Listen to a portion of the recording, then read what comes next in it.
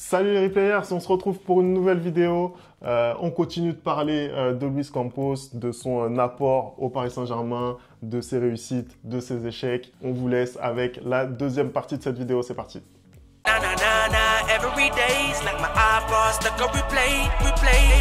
Il y a bien entendu un homme voilà, qui est là, qui a énormément d'influence dans le vestiaire parisien, c'est Jorge Mendes, donc, qui est le grand ami de Luis Campos et qui surtout est l'agent certainement le plus influent du vestiaire parisien puisqu'il y a énormément de joueurs qui sont passés sous sa coupelle. On peut parler de Zaïre Emery, il y a eu Manuel Ugarte qui a été recruté, qui fait partie de l'écurie Mendes notamment. Voilà, il y a beaucoup de joueurs qui en font partie.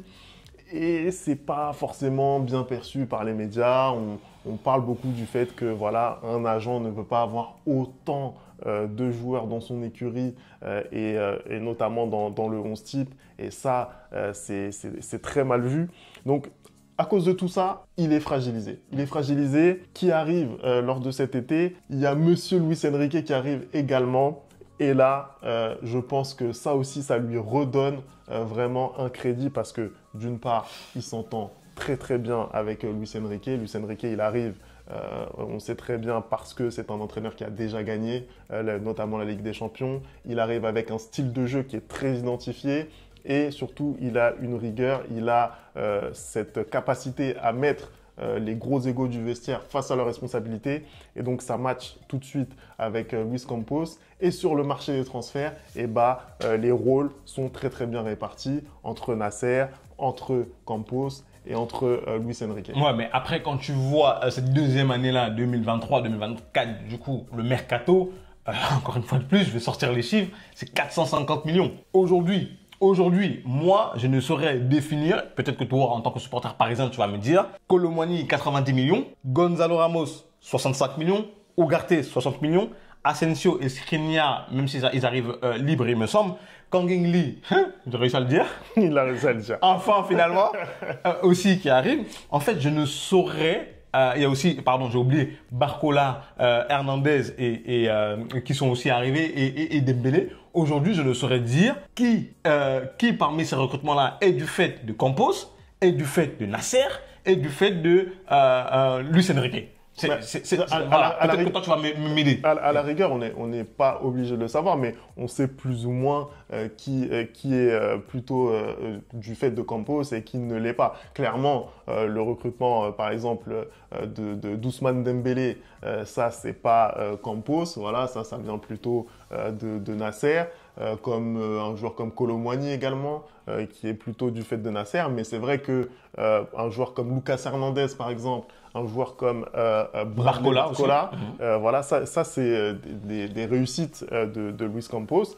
Et puis, lors de cette deuxième saison, bien entendu, on t'en a parlé tout à l'heure en plus, il y a eu les émergences de Vitinha, de Fabian Ruiz, dans une moindre mesure, qui ont réussi à avoir leur place de titulaire en fait. Et ça, c'est aussi des recrues signées Campos. Alors, elles n'ont pas tout de suite performé. Il a fallu une année d'adaptation, mais en tout cas, ça s'est fait. Voilà. Mais Ramos et Ugarte, ce sont aussi des recrues Campos, on est d'accord? Bien sûr, bien sûr. Donc, moi, la question que je te pose aujourd'hui, c'est que quand tu poses 90 millions sur Ronald Kolo Muani, certes, qui est une recrue du président Nasser, quand tu poses 65 millions sur Ramos et quand tu poses 60 millions sur Ugarte, je suis désolé, est-ce que tu peux considérer que, surtout quand on voit le rendement que ces joueurs-là ont eu après, parce que pour le coup, ces réussites, pour moi, c'est Barcola, Hernandez et dans une moindre mesure Dembélé, parce que même s'il provoque beaucoup, le bilan dans la finition est assez mitigé.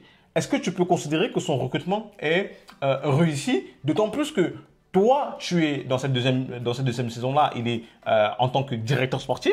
Hein, toi, tu es directeur sportif et on t'impose des joueurs. Est-ce que tu penses qu'aujourd'hui, sa deuxième saison au Paris Saint-Germain, le recrutement est réussi? Écoute, pour moi, il n'y a qu'une seule vérité, c'est le terrain, c'est les résultats. Voilà. Aujourd'hui, on a un PSG qui fait une saison réussie sur le plan national. Ils font tripler. Au niveau du jeu, on est tous d'accord pour dire qu'il y a eu du progrès, sans même parler des cas individuels. On peut toujours reparler des cas individuels au niveau du mercato. Mais la réalité, c'est qu'aujourd'hui, l'équipe s'est largement améliorée par rapport à la saison dernière. Et ça, c'est du fait du mercato. Après, bien sûr, il y a eu des prestations qui ne sont pas les mêmes. Mais en tout cas, l'équipe s'est améliorée, les résultats se sont améliorés. Après, est-ce que les résultats en tout cas le jeu, je suis d'accord avec toi, mais est-ce que les résultats qui ont été obtenus l'année dernière, est-ce que ce ne sont pas les résultats qui sont attendus du Paris Saint-Germain quand on regarde leur effectif et quand on regarde leur pouvoir d'achat comparé aux autres clubs de Ligue 1? Pour moi, il faut sortir du pouvoir d'achat, je le dis à chaque fois. Tu peux avoir, il y a plein de clubs qui ne sont pas forcément en France, des clubs qui ont énormément de moyens, qui font pas aussi bien, ça c'est la première chose. Et également aussi, ce qu'il faut se dire, c'est que voilà, entre guillemets, il y a le matériel, il y a ce qu'il faut. Campos, il tente des coups. Forcément, tu peux pas avoir 100% de réussite, hein, ça c'est clair. Mais ces réussites, en tout cas, sont celles qui ont permis au PSG d'avoir des meilleurs résultats. Les recrues qu'il a amenées ont eu un impact direct sur les résultats du Paris Saint-Germain cette année. Et donc, pour moi, tu peux dire que c'est un mercato globalement réussi. Tout n'est pas parfait. Moi, je ne te dis pas que c'est parfait. Je te dis que c'est un mercato qui a permis l'amélioration de l'effectif parisien. Donc, tu es obligé de souligner ça. Moi, ce que j'ai remarqué en tant que supporter parisien cette saison, quand même, c'est qu'il y avait plus de sérénité autour du PSG et notamment quand il a fallu attaquer la Ligue des Champions en février. Il y a eu le départ de Kylian qui a été annoncé plus ou moins à cette période-là. Mais j'ai trouvé que, voilà, au niveau du club, il y a eu une forme de sérénité. Alors, est-ce que c'est du fait de Campos? Est-ce que c'est aussi du fait de Luis Enrique? En tout cas, tous ces gens, pour moi, ils ont diffusé leur sérénité et ça a permis quand même d'aller chercher des bons résultats. Bien sûr, la demi-finale, c'est une déception globalement parce qu'on pensait pouvoir battre cette équipe de Dortmund. Mais je trouve que ça a été quand même plutôt bien géré. Je ne sais pas ce que tu en penses, toi. Moi, ce qui me dérange parce que oui, on a su très très rapidement en huitième de finale que Kylian n'allait pas rester dans le club et je trouve que justement la communication autour de cette décision-là qui a été prise par Luis Enrique a été très bonne. Pourquoi? Parce que je pense que Luis Enrique, c'est un entraîneur qui sait faire, qui a de l'expérience et du coup qui a dit écoute, si le Paris Saint-Germain doit apprendre à jouer sans Kylian, ils le feront. Hein, il a commencé petit à petit à le mettre sur le banc, même si certains supporters n'étaient pas forcément d'accord. Donc Luis Enrique, moi j'ai trouvé qu'il a très très bien géré la situation avec les armes qu'il avait. Maintenant, la situation du cas Kylian, moi je suis désolé, en amont, elle a été très mal gérée. Après, je ne pense pas que c'était du fait de Luis Campos, mais peut-être qu'il aurait pu, démêler un peu cette situation-là rapidement. Mais commencer à essayer de taper du poing sur la table avec Kylian quand il décide de ne pas activer son année de prolongation, c'est totalement débile. C'est-à-dire que depuis le moment où il a signé, tu sais très bien que cette année-là est en option. Et maintenant, le gamin décide de ne pas l'activer et c'est de là d'un coup que vous allez le mettre au loft. Hein, c'est de là d'un coup que vous allez décider de ne pas l'emmener à la préparation. C'est là d'un coup que vous allez vouloir faire les fortes têtes et montrer que vous êtes des patrons. Oui, non. Attends, laisse-moi finir. Montrer que vous êtes les patrons à dire que Kylian partira ou avec une indemnité et que Kylian ne partira pas libre. Je suis désolé, le président à ce moment-là a voulu montrer que il était fort alors que on est arrivé dans cette situation-là par sa faute parce qu'ils ont absolument tout donné au clan Mbappé.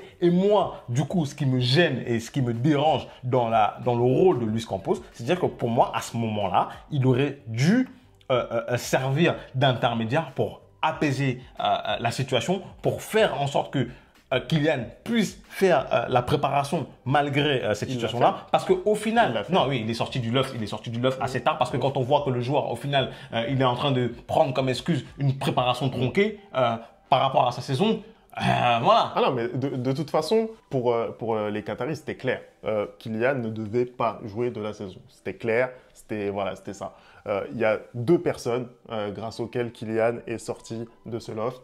Luis Enrique et Luis Campos, c'est tout. Après, bien sûr que voilà, il y a eu des négociations financières pour que chacun puisse plus ou moins y trouver son compte. Mais la réalité, c'est que Campos, il a subi en fait Nasser sur ce dossier et il a subi en fait la frustration de l'état-major du PSG. En fait, c'est ça la réalité. Et pour moi, c'est totalement de la faute du Qatar, donc Nasser plus ses amis, qui ont mal géré la situation et surtout qui ont pas été lucides en fait face à une situation qui pourtant était claire. Tu vois ce que je veux dire? Kylian voulait partir, laisse-le partir. Et ça, je pense qu'ils ont mis un petit peu trop de temps à le comprendre.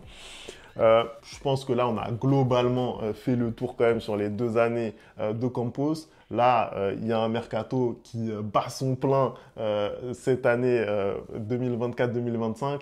Et Campos, il est attendu au tournant.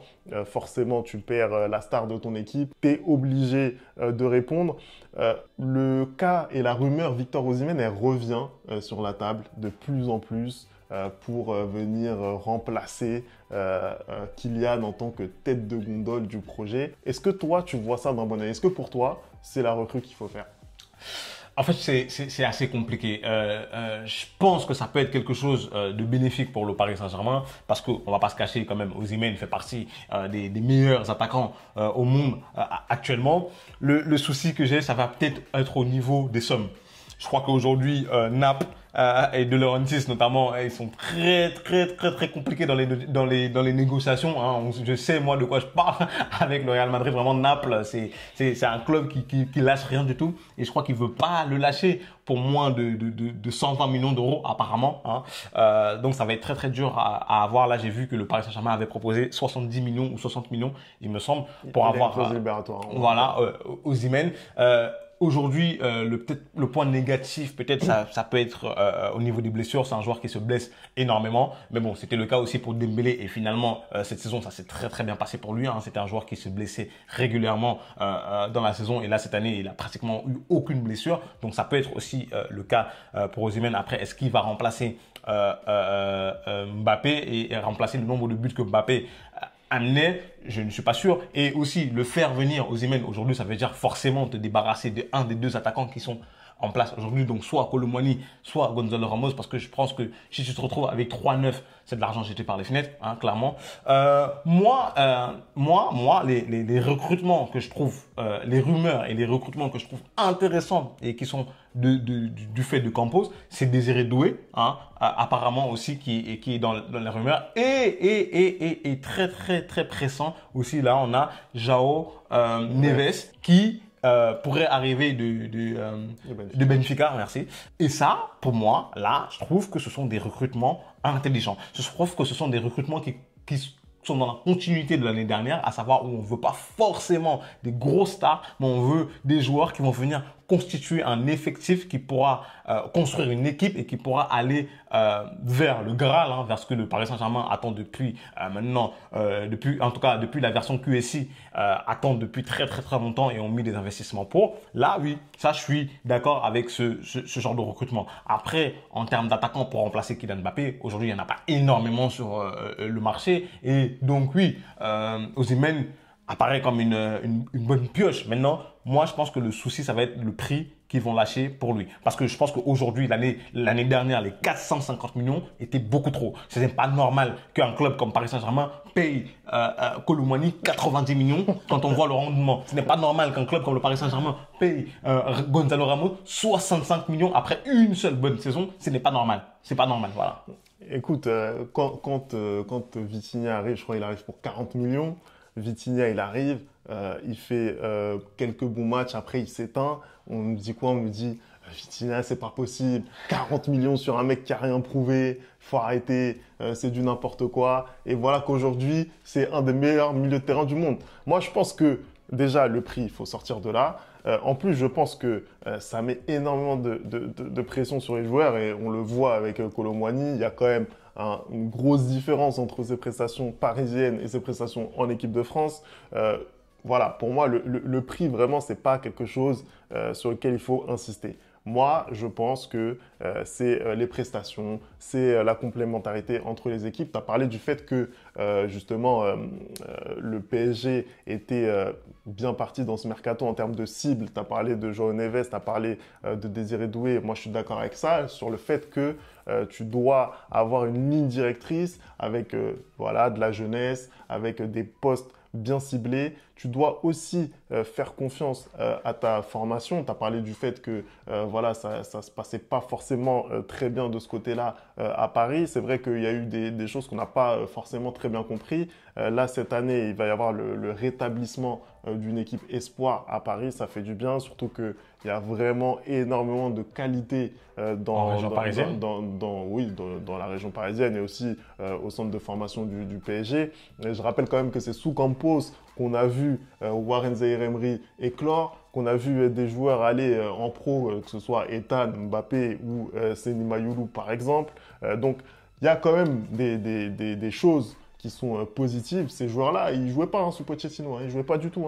Donc ça, c'est des choses positives, c'est des choses à mettre au crédit de Campos. Moi, je pense que c'est toujours l'homme de la situation. Moi, je pense que le bilan est mitigé parce que quand on voit les moyens qu'il avait à Monaco et à Lille et les résultats qu'il a eu et comparé aux moyens qu'il a au Paris Saint-Germain et les résultats qu'il a, moi je pense que le bilan est mitigé. Voilà. Rien à voir parce que les projets de Lille et de Monaco, quand il y arrive, ils partent d'une feuille blanche.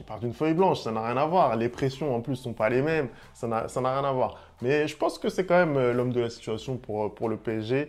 On va voir ce que ça va donner. En tout cas, vous, dites-nous votre avis sur Luis Campos. J'ai hâte de savoir. Moi, personnellement, je suis pro Campos. Je suis quasiment sûr que les Parisiens, ils sont pour la majorité anti-Campos. Mais en tout cas, on va voir dans les commentaires. N'hésitez pas à lâcher vous. Insultez Femi. S'il y a besoin, insultez Femi dans les commentaires. Ou insultez-moi aussi. Parce que moi, personnellement, je trouve que vraiment, dans la globalité, son bilan est mitigé et peut mieux faire. Voilà. Allez, merci d'avoir regardé cette vidéo. On n'oublie pas les bonnes habitudes, @le replay foot. Et nous, on se retrouve très vite pour une nouvelle vidéo. Ciao!